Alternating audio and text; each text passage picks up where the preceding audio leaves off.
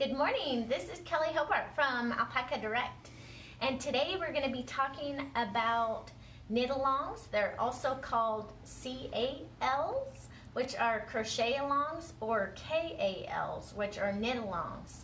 And we can have a mystery knit-along or a non-mystery knit-along.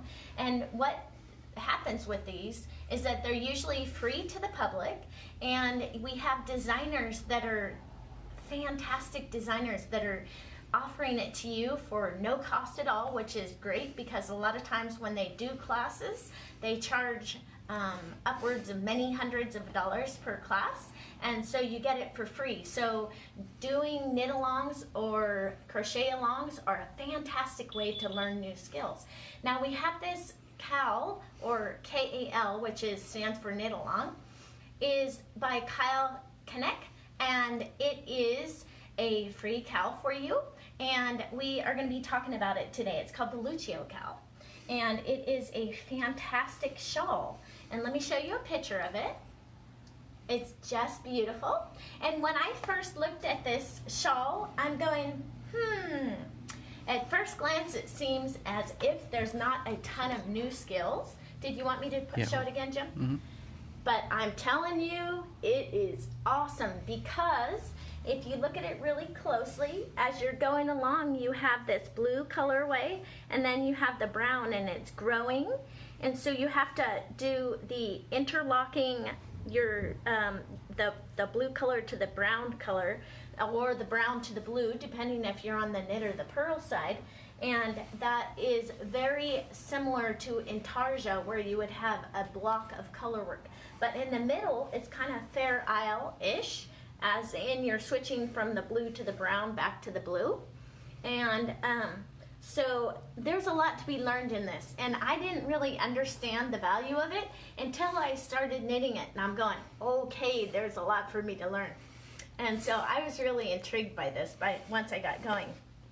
And Kyle Kunnecke, let me tell you a little bit about him. He is living in San Francisco right now, and he is a fantastic knitter, and his favorite skill that he likes to do is called Interlocking Floats, and so it's fantastic, and he does it very quickly. He does it with both hands, and it's something really special to watch him do, and it's not actually an easy skill. I don't feel like it is. So maybe some of you out there who have been knitting for years and years and years think it's a skill that's fairly easy. But for me, it was definitely a challenge, and I'm having a great time with that.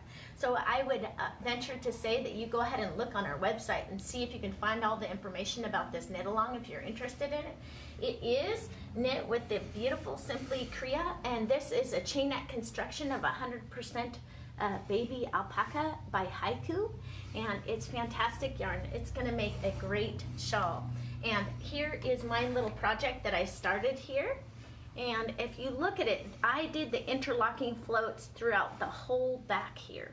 So if you look on the back here, it's interconnected. On every stitch is connected, and so it's not your typical Fair Isle project where you would have these nice floats going across the back. What I kind of found that it does, if you look at it really closely, it's flat. It's not like a raised project where a lot of Fair Isle, it can be more raised looking, but this work is very flat, and it's fun to do, and definitely a challenge for me. So I wanted to, did you want to call Kyle? Tell him who's going to be on. Okay, so Kyle's going to be on with us today. He decided that he would join us, and we're so thrilled to have him. And so we were going to call him on the phone, and maybe he can tell us a little bit of what inspired him to do the cowl that we're doing, looking at today, and it's called the Lucio Shawl, and you can find it on alpacadirect.com, and it is fantastic. So he's going to tell us about that, and maybe he can tell us a little bit about himself, and we'll get to meet him. So that's fantastic. You have a bunch of people joining from the East Coast, Ohio, Oklahoma, hello, everyone. Florida. Good morning. It's nice to see all of you. I'm glad you're joining me. This cowl is great fun, and it is very exciting for me to learn new skills. You know how much I love to learn new things. So it's totally fantastic. So, Jim, did you want to try and call him on the phone? Yeah, so I got to hold this and call at the same time, so just bear with me here. Okay. So I was also going to ask him, just so you know, I was thinking that I might ask him what advice he had for newer knitters, what they, when they're learning, what techniques did he use to learn faster and learn more efficiently. Because we always like to do the best job that we can and do it most efficiently. So he might have some insight for us. And he is a fantastic gentleman. He seems very giving and very willing to share with us. So we're going to be talking to him in just a minute here. Oop, I dialed the wrong number. Oh, darn. Sorry about that. 1 second. Jim's going to get the phone number dialed for us. And then we'll be able to talk to Kyle. Here we go.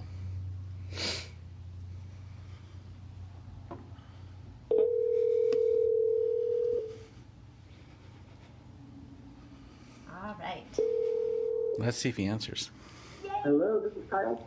Hi, good morning, Kyle. We're on Facebook Live right now. This is Kelley from Alpaca Direct. Good morning, Kelly. Good morning. And I was just talking to our wonderful knitters out there, and I told them a little bit about you and that you had learned from your roommate in 2003 how to knit. And I wanted you to maybe talk with us a little bit about the Lucio Shawl and what inspired you to pick this project that you picked and what's fantastic about it. Ask him if they can hear him. So, when designing something like knitable, designers are usually looking for ways to teach a set of different skills, you know, give a little bit of a challenge, but also allow a chance to be very successful in their project. So, for this case, I chose a few different elements. Of course, locked floats, which is my favorite thing of all time, and I want everyone to know how to do. And then also combining just that little bit of intarsia, which I think you may have mentioned a few minutes ago, so the stranded portion doesn't go across the entire shawl. And some kind of a repeating pattern that is simple enough to follow, but challenging enough to keep some interest. So that's kind of what I was looking at when coming up with this concept. I wanted to give people right out the gate an opportunity to sort out their the challenges of doing the lock floats and figure it out pretty quick, so that they haven't invested a whole lot of time in a piece and then started the stranded knitting, and you know, if they had problems with it, feeling like they need to tear out and start over. So I know a lot of people don't like to do swatching. We don't really have a choice whether we swatch or not. I think what we really have a choice is what is the swatch going to be. So, you know, if it was a sweater, you could make a piece, you know, work a little swatch and decide, is it the right size fabric? Is it, you know, do I like the way this is working with the yarn and the needles?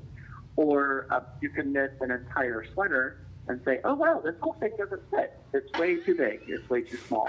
So we learn from our knitting. Right. So I wanted turns people to into learn right away. So, Kyle, then the sweater will turn into a great big, huge swatch. Yeah. We're always making a swatch. And what we're really doing is we're learning. We're growing with every stitch. And in this case, I wanted people to figure out right away if it's working or not working. And the lock floats thing, like I said, I do love it. I really want people to give it a shot. It does take practice to become proficient in it, but so does knitting, so does purling and cabling and all the other things we love to do. If lock floats isn't your thing, that's okay too. I did this shawl pattern in a way that you don't have to lock the float.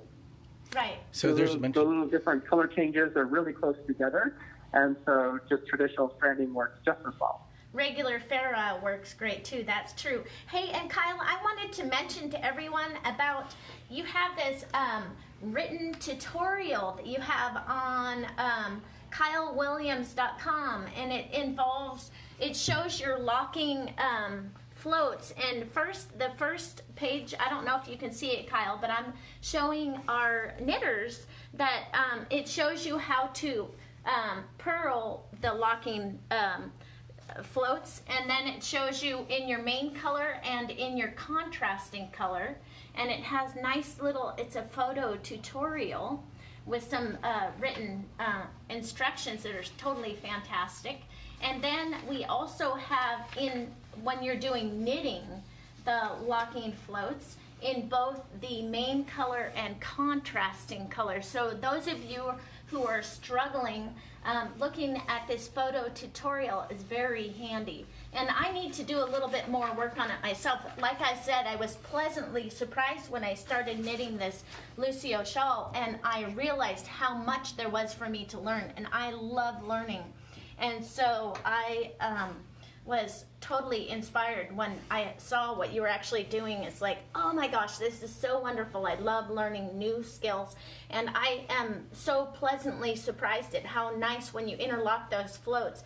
And you said in every other stitch, it makes your color work actually really flat. It doesn't have some of the bulginess that the regular ferrule might have. So I feel like it's really a fantastic skill to learn. And also, if for some reason you decide that you don't like interlocking every stitch, just being able to use that interlocking method to weave in your ends as you go, like Zandy Peters showed us in the Fox Paws. I have a Fox Paws scarf that I'm doing, and she actually used that same method to weave in the ends, so you don't have so many ends to actually go back and weave in later. And so, anyways, I thought it's a really fantastic technique. Hey, Kel, there's a bunch of people joining, so why don't you just tell them who you're talking to and what? Yes, I'm talking to Kyle right now. He is the one that did this lovely pattern, and he's doing the knit-along called the Lucio Shawl, and it's by Kyle Kunnecke.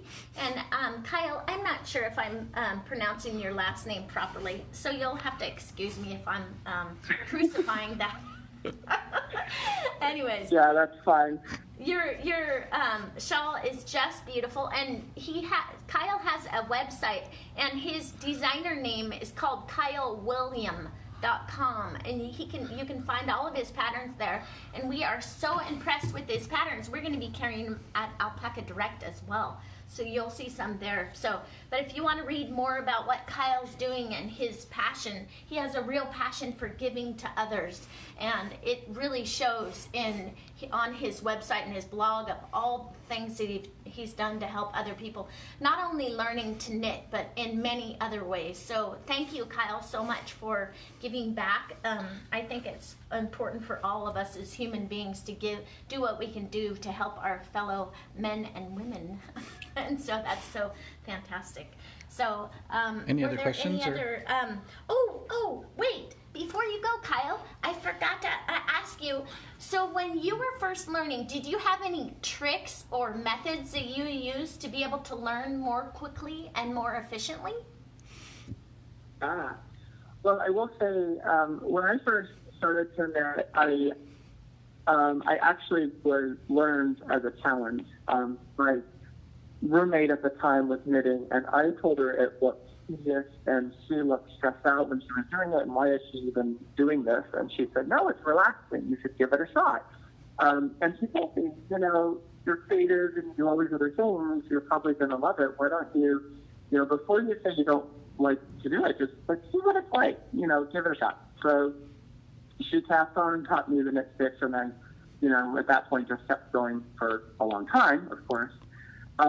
But what I learned through those challenges of just learning how to knit was, if we step back and look at what we're actually doing, which is, it's really simple. It's putting a stick in between a loop and pulling your yarn through. It's not complicated. And I do believe the biggest lesson that I've learned, and something I do tell all of my students is that there's a difference between things being complicated and things taking time. And True. Stranded knitting, locked floats, it takes a little more time. It's not hard. None of this is hard. But it does take a little more time or a little bit of concentration. And time is the most valuable thing that we have. So allowing yourself that time to experience knitting in that way. And when things start to go a little sideways, we have to stop and give ourselves that time again and say, okay, so what's happening with my knitting? Instead of, trying to watch the videos are great and the handouts that I provided are wonderful, but if you even pull it all the way back just to the yarn and needles in your hand, look at the stitches that are on your needle, where is that yarn going? Like, how is it traveling around? You'll be able often to figure out what the issue is. What happened? What's happening, and solve your own problems. Yeah. That's true. Kyle, a lot of people will ask me, many students that are here in Alpaca Direct, and there is something so simple as, how do I tell if I have my stitches on the needle correctly? And I always tell them, just look at the work on your left-hand needle. Those stitches are mounted correctly. So if you just look at what you've already done, you'll be able to figure out how to mount them correctly, because they're right here, they're already done. So just paying attention to your knitting and what you've done is excellent advice. Yeah. And not being afraid to ask questions. We're all of the people in the fiber arts community are friendly, and we're all eager to have other people, other people learn and grow with us. So having the ability to reach out to your local yarn shop, or going to events and talk with the fellow crafters who are also sharing your passions. Be an active part of your community, and don't be afraid to ask questions if something doesn't look right, because I'm sure someone out here is happy to help. Take your hand and guide you along. Yeah, I totally agree.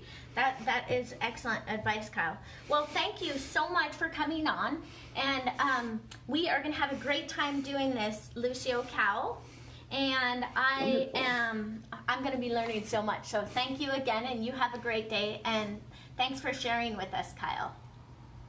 You too, Kelley. Thanks, guys. Okay, Bye. Take care. Alrighty, that was wonderful. We were able to visit with Kyle. He's such a wonderful gentleman. Okay, so now we're going to take a look at this Lucio shawl. And I did a little experiment. You know how I am, always trying to mess around. And I thought I would do a little sample here. And Jim, if you point to this, it's split up in 3 sections, okay? And the first section, one second here, let me pin it so we don't lose it. Oh my goodness, alrighty. So our first section, this one right here shows interlocking floats with color changes, okay? And then in the second sample, this is going to be showing interlocking floats on the edges and Fair Isle in the center. Do you see how these two are kind of raised? Now look at this one. This shows interlocking floats throughout, and they've all been blocked equally, but you see how flat that lies. It lies very flat, and it's very impressive. I like that look.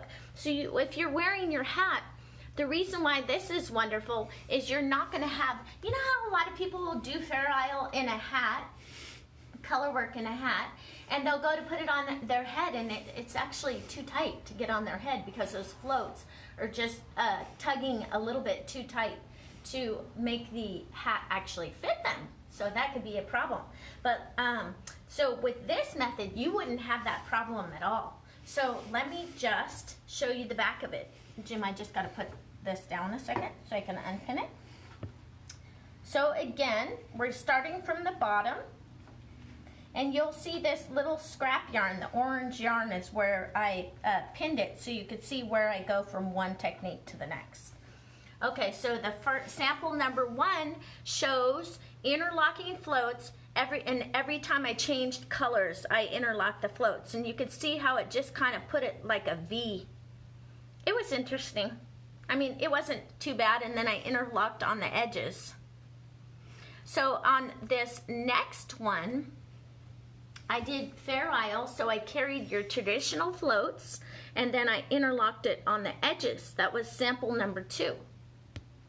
And then on sample number 3, I interlocked on the edges, and every stitch throughout was interlocked. So what I want to do, and I really like this, it gives like a woven fabric. So let me show them, Jim, on the actual. It gives this, on my project that I've started here, it gives a very woven look. So if your shawl were to flip, so you the back side was visible, it looks pretty nice. If it has big long floats like these ones right here, it might get looking, you know, kind of funny. You can tell that it's really the back side of the work, and it's much more visible. And so anyways, I think it's worth learning these interlocking floats. And not only that, on the Zandy Peters shawl that she did, this Fox Paws, you use that same technique to weave in your ends. So all your ends are woven in. You see how many different color changes do you have to make in this project? And you'd be weaving in ends until the cows come home. We don't want to do that. And so what we did is we used this technique to use it for the Fox Paws technique. So I'm going to come around and show you how to do this. And as we're working, I am going to, if you want to share with your friends so they can learn too, maybe they want to learn how to do interlocking floats, just press the like button and share with your friends. Oh, also, I forgot to mention, this last week's prize was the Eco Puna. And this is a really nice baby alpaca yarn, and it's the prize for last week. And every week we have a prize. And the way that you enter to win is post comments in the comment section. Let us know what you're working on, and maybe show pictures or names of patterns so that we can learn from you too. And we love hearing where you're from. So if you let us know where you're from, that's fantastic too. And if you have any questions, you can ask me. I'm right here. I'm here to help you. That's what I'm doing this for. And so if you have questions or need help, or there's anything that you want me to talk about, post it in the comment section and I will read it, and it'll get back to me so that I can learn from you and help you when you need help. They're wondering what that one is, what pattern that is. Oh my goodness. Okay, so this is called the Fox Paws, and it is a pattern by Zandy Peters, and she's an engineer. And she has these really cool stacked increases. They're stacked increases and stacked decreases. And it makes paws. Do you see the paws? It's really cool. And so I made this out of the lovely, it's called Lamar, which is a de-haired llama yarn by Skein. It's a haiku yarn. And it is fantastic yarn for this project. And this hasn't been blocked yet, so it'll actually improve with blocking. But I am knitting along on it. It's a very challenging pattern, so it's only for the most experienced knitters. But it's a fantastic project. And if you want an adventure, if you really want to learn something new, that Fox Paws stacking increases and decreases will get you going. It will definitely challenge your brain to work more efficiently. So now I'm going to come around here and I'm going to show you Zandy Peters' method for weaving in ends as you go. So Jim, I'm going to walk around here. Okay. And then we're going to start off of that, and we're going to be looking at how to do the interlocking floats. And when I'm doing it, I'm new at this. This is a brand new skill for me. So what I did is I am doing it with 2 hands because I felt like it was easier for me to learn that way, but I definitely want to learn how to do it with do it in both hands, not just one hand at a time. And so I'll show you my method, which is a little easier, I think. So this is Zandy Peters' way to join a new skein of yarn and weave in the ends as you go. So the first stitch, you would go ahead and knit as normal. So you knit that first stitch, and then she goes ahead and carries the tail and your yarn from your working yarn up with it. Okay, so, and I'm putting my new color up over the top of the needle. So you think of it as up, down, up, down. Oops, let me just do this again. 1 second, Jim. I gotta restate that. I gotta re-show you something because I have my new color here, but the old color is what you want to go up and to the left. So I'm gonna put this old color up here because that's the one I'm actually weaving in by going up and putting it through over the top of my working needle there. And then I would go ahead and knit a stitch. And then I take this old yarn and put it down below and knit another stitch. So see, I'm weaving in my tail and I'm connecting my new yarn. And then I could take this and drop my tail if I wanted to now. And then I would go ahead and keep working it. Okay, going up and down and up and down. And let me show you what this looks like. See how the ends are all woven in? Isn't that cool? You've woven in your ends. Now you could drop this old yarn. You can cut those. What I was doing, I was leaving like a 4-inch tail so I could go back in the other direction. You know how we always learn when we're adding a new skein of yarn that you want to make like a W or at least a V so that your work doesn't fall out? I was still leaving a long enough tail so that I could do that. But that's how you weave in your ends as you go, and half the work is done for you, and you didn't very little effort doing it. So I thought that was pretty neat. Now we're going to, oh Jim, you know what I need is my actual, 1 second. In 1 second I'm gonna reach over here, and actually I'll just put this one down. And I'll go over here and grab, sorry Jim, I need this right here. Okay. So when I have my Lucio Shawl pattern, I'm on the purl side right now. Let me back some stitches out so I can show you how to interlock right here at this edge and then how to interlock some of these stitches. So let me just back my work out. So when I'm going backwards, I open up and make a hole and I start diving straight into that hole that I've made. You see that? For those of you who don't know how to tink or unknit, which is knit spelled backwards, I don't know if all of you have heard that saying, but it's a common saying that people use in knitting when they're knitting. And so now I'm going to go back a little bit here and I'll just go back a couple more stitches so I can show you. All right, so I have the brown yarn right here on this needle, okay?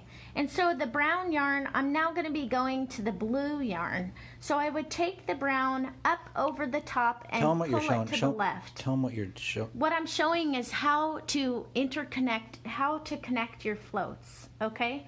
So when Kyle's talking about connecting his floats, this is how I have been doing it, and it seems easy for me to learn.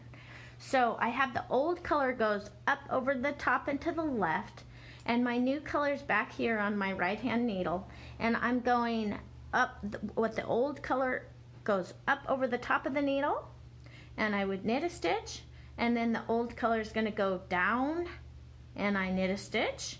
Now I have the blue becomes the old color, so the old color goes up and to the left, and you would have your new color, which is going to be the brown color, is going to go up,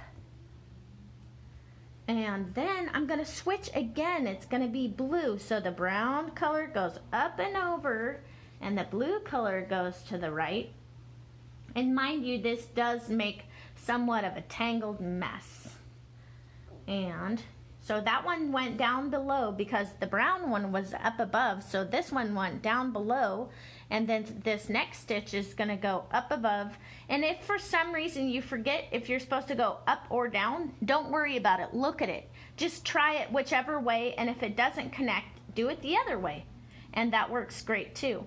So this last one, you need to connect right here because this blue yarn is going to stay right here. It's not going to go all the way to the end, and if you don't connect it, it's going to make a hole. So old goes over to the left, and the new color's right here on the right, and we're just going to connect this one stitch here.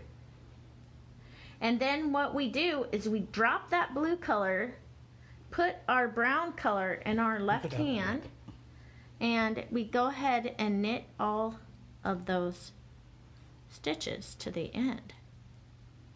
And let me go back this other way, Jim, and we'll see if we can show them on the purl side how to connect our floats. So this one we're just going to knit, and I'm not actually following the chart right now. I'm just showing you this, and I'm just going to take it out later, so it's all good.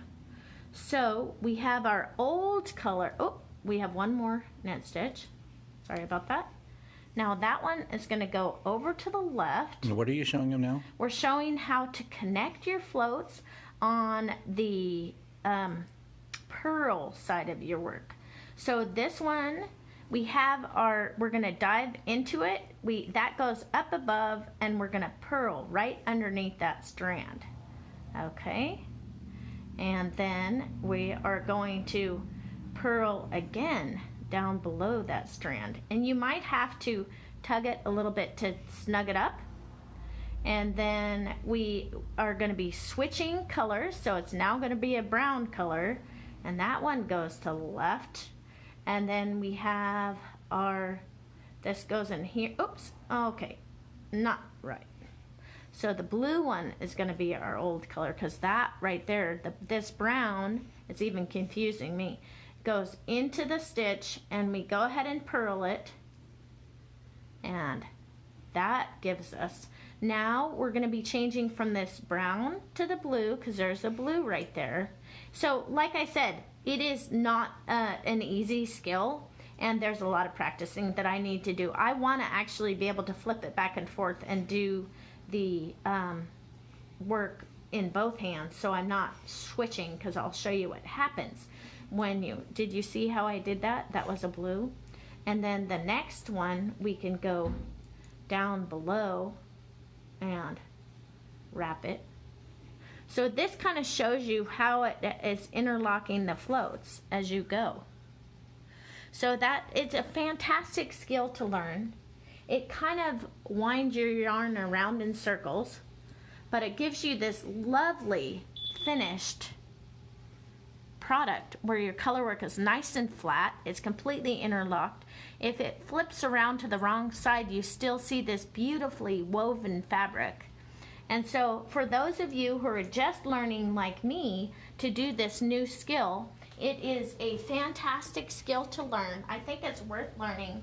I have a lot more to do. You remember when I learn new skills, I'll pick 3 projects that can utilize the new skill that I'm doing. And then I'll do one after the other until I'm so good at it, I can do it in my sleep. And that way I can commit it to memory. So I don't know how all of you learn out there. If you have different ideas, please post your ideas. And also we have a wonderful VIP Facebook group, and the Facebook group are filled with phenomenal knitters that can help you. So if you have questions or things that you need help with, they're fantastic, and they will help you with all your knitting and crochet needs. And the prize for this week for this Eco Puna, this is wonderful yarn. It is a not super well-known yarn, but it is, oh my gosh, it's so soft. And let me tell you who the winner was for this Facebook group. It's Dale Curry. Dale Curry, you won the prize. So all you have to do is give us your address, and we can send this out in the mail to you. And you go to www.alpacadirect.com, customer service, and give us your address, and we'll send this in the mail to you. You won this beautiful yarn. And for those of you who are interested in winning this wonderful Simply Kriya, I went ahead and included this as our prize again this week. And the reason why is that the sample from Kyle's Lucio Shawl is made out of this tropical rain colorway that's number 252. And I thought it was so beautiful that I wanted to let someone have this wonderful Simply Create. So, was there anything that you needed, Jim? No. Okay. And then this next week, oh my goodness. Okay, this next week we are going to be talking about another pattern. And I'm looking for the actual, it's called the Cloudberry Mint pattern. And what's neat about this pattern is you'll be able to drop in some scrap yarn, and then you'll be picking up stitches for the thumb in your actual fingerless mitts. And so we have a lot of new skills, and we're going to also be talking about how to choose yarns that would be most useful for mittens. And so we're going to be talking about those yarn types that we would choose for when you're making mittens or mitts, and some things that you need to consider when you're actually knitting those items. And we had a great time with Kyle today. He is a fantastic knitter. He does have some patterns on the Kyle William website, and we're going to carry him too. Yes, and we'll also have them at Alpaca Direct. And today we were talking about interlocking our floats, and I showed you examples of different methods that can be used to interlock your work, your color work. And so, we're doing this wonderful knit along that we're going to learn all these new skills, and it's actually free. So if you wanted to do it, you could learn some new skills as well. And there's a ton of information out there. We have YouTube videos that we're actually releasing so that you can have the skills ready at hand. If you need to watch again what I showed you today, you'll be able to watch it again. And you can also go to kylewilliams.com and get lots of information that he has there. He's such a fantastic knitter, and I really do appreciate having him on today and sharing with us his insights about knitting and the wonderful Lucio Shawl that he has provided for us. So you guys have a great week, and I will see you at next Tuesday at 9:30 a.m. Take care.